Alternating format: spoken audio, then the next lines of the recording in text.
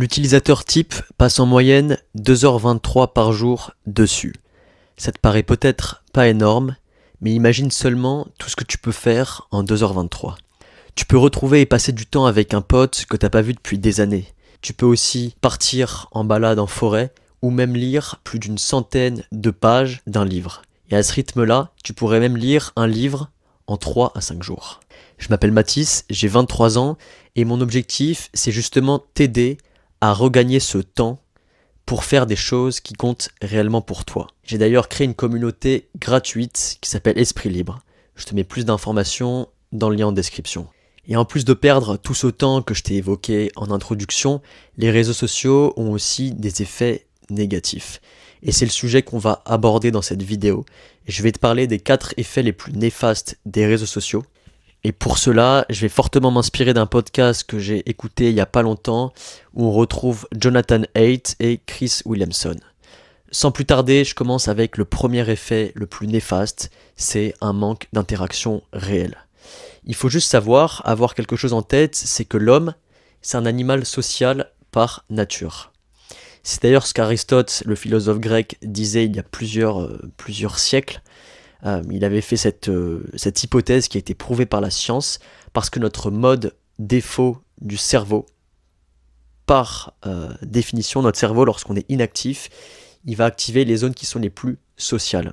Il faut juste se rendre compte que si tu as un court laps de temps, que tu vas rien faire du tout pendant quelques minutes, ton cerveau va automatiquement penser à ta vie sociale, à tes amis, à tes proches. C'est le mode par défaut. Et ce mode par défaut, assez naturellement, c'est ça qui va nous amener à avoir ce besoin d'interaction constamment, à avoir cette envie, ce besoin, ce désir de discuter, d'échanger avec des gens. Et c'est là où les réseaux sociaux interviennent, c'est qu'ils vont te proposer ces interactions, sauf qu'au lieu d'avoir les interactions réelles qu'on a été habitué à avoir sur tous les derniers siècles, en réalité, eh bien les réseaux sociaux vont transformer ces interactions en interactions digitales, en interactions en ligne. Et c'est là où il y a un sujet, parce qu'en fait, il n'y a rien de mieux, il n'y a rien de plus enrichissant que les interactions qui sont réelles. Notre cerveau, il a été habitué à ce genre d'interaction, et c'est justement dans ces genres d'interactions, quand tu es en train de discuter, d'échanger avec quelqu'un, où il y a le plus de zones du cerveau qui vont être activées, ce qui va faire qu'on va être le plus stimulé et le plus épanoui. Et du coup, ces activités que j'appelle synchrones, qui se font en temps réel, ça peut être de discuter avec quelqu'un, mais aussi de téléphoner avec quelqu'un, ça va être moins néfaste que les activités qui sont asynchrones, à savoir échanger sur les réseaux sociaux à travers tout un système de commentaires, de likes, où tu vas en fait attendre la réponse de quelqu'un et ce ne sera pas en temps réel. Et donc il n'y a rien de mieux que des vraies interactions. C'est là où notre cerveau a été le plus habitué à agir, à être réactif, et du coup, très concrètement, passe à l'action. Ce que tu peux faire, c'est si tu n'as pas forcément beaucoup de temps pour avoir des échanges avec tes proches, tu peux essayer de planifier dans ton agenda des moments où tu vas être disponible, tu vas être joignable par téléphone. Ce sera toujours mieux que des échanges par texto ou des échanges par réseaux sociaux, parce que tu auras justement cet échange en temps réel et tu vas pouvoir avoir une vraie discussion et ce ne sera pas simplement un échange par court message qui n'aura pas forcément beaucoup de valeur dans ta vie. Donc essaye de planifier ces moments où tu es dispo par téléphone pour un appel. Et essaye aussi de prendre des initiatives pour organiser avec tes amis, avec ta famille, avec tes proches, de temps en temps, des activités, des repas, des sorties originales où vous allez tout simplement partager des moments sans avoir besoin de votre téléphone. Je continue avec le deuxième effet le plus néfaste qui est le manque de sommeil.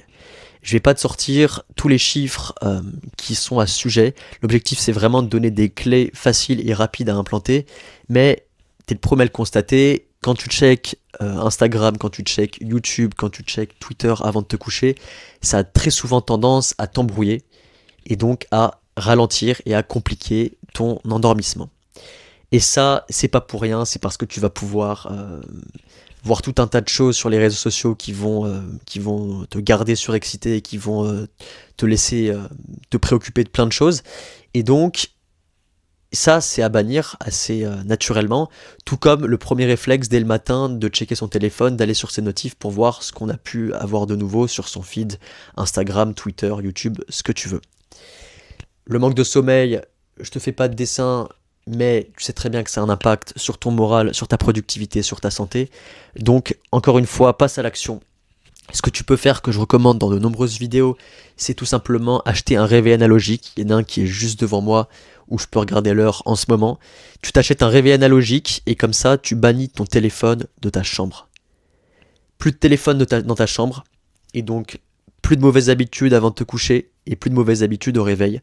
Ce que tu peux faire pour faciliter tout ça, c'est que tu charges automatiquement ton téléphone dans ton salon, dans une autre pièce, et tu te dédies cette pièce, autre que ta chambre, pour le chargement de ton téléphone. Ton téléphone, tu peux te dire qu'il n'a plus le droit de rentrer dans ta chambre.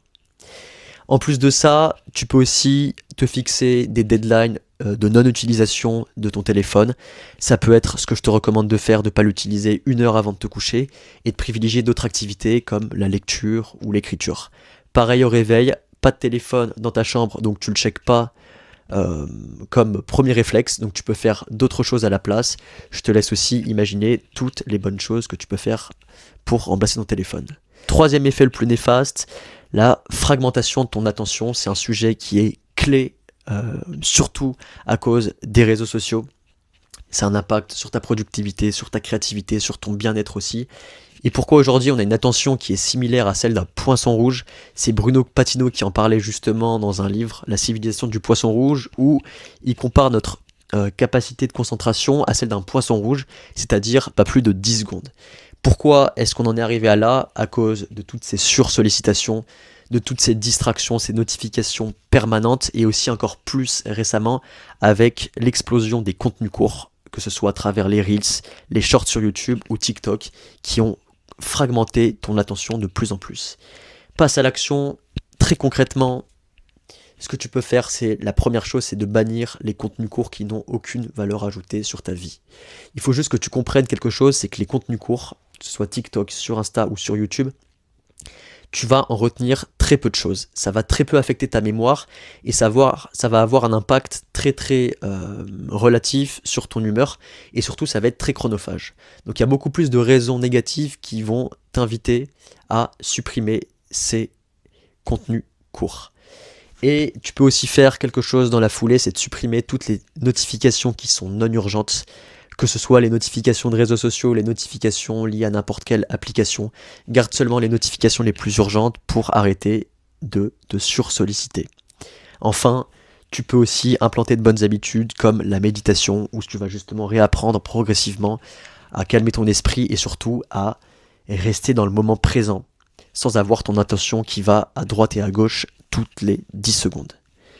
Enfin, je termine avec le quatrième effet le plus néfaste, c'est tout simplement ton addiction aux réseaux sociaux.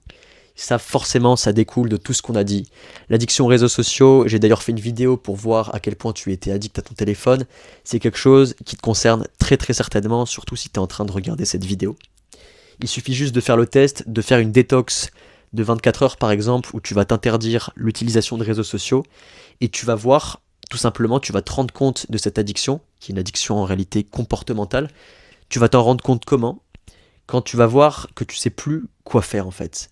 C'est pas le manque en soi des réseaux sociaux qui va te soucier, c'est plus la problématique de plus savoir quoi faire parce que tu n'es plus habitué justement à faire autre chose qu'à checker ton téléphone. Et comment justement remédier à cette addiction? Ce que je t'invite à faire, c'est retrouver ou trouver des loisirs qui sont purement des moments de joie, qui te procurent du plaisir, du bonheur, que ce soit à travers le sport, à travers la découverte, l'apprentissage d'un instrument, d'une langue. Passer du temps dans la nature, c'est infini. Mais j'insiste sur ça. D'abord, je te recommande de trouver des loisirs qui te correspondent vraiment avant de réellement supprimer les réseaux sociaux de ton téléphone. Quand je dis supprimer les réseaux sociaux de ton téléphone, c'est la méthode la plus radicale, mais c'est la méthode qui va être la plus efficace. En réalité, si tu as peur de t'en séparer complètement, tu peux toujours garder une utilisation moins fréquente sur ton ordinateur, en gardant en tête qu'à chaque fois, il faut te déconnecter de ton ordinateur pour rajouter une friction au moment où tu vas te reconnecter, où tu vas devoir rentrer ton mot de passe à nouveau. Mais c'est important de d'abord trouver des loisirs avant de supprimer les réseaux sociaux, parce qu'en fait, si tu fais l'inverse, tu vas te retrouver face à un vide, face au vide qui a été laissé du coup par les réseaux sociaux, et tu sauras plus quoi faire, ce qui fait que tu vas arriver dans des états qui n'étaient pas forcément prévus. Donc j'insiste dessus, pense, réfléchis à tous les loisirs que tu peux implanter dans ton quotidien et qui te procurent de réels bénéfices. Et si tu veux aller encore plus loin, je termine avec ça. Je te rappelle qu'en description, il y a un lien qui redirige vers la communauté gratuite que j'ai créée, où justement l'objectif c'est t'aider, te guider à travers mes conseils, mais aussi les conseils des autres membres de la communauté, pour justement que tu sortes une bonne fois pour toutes de ton addiction au téléphone et aux réseaux sociaux. On se dit à très vite pour une nouvelle vidéo.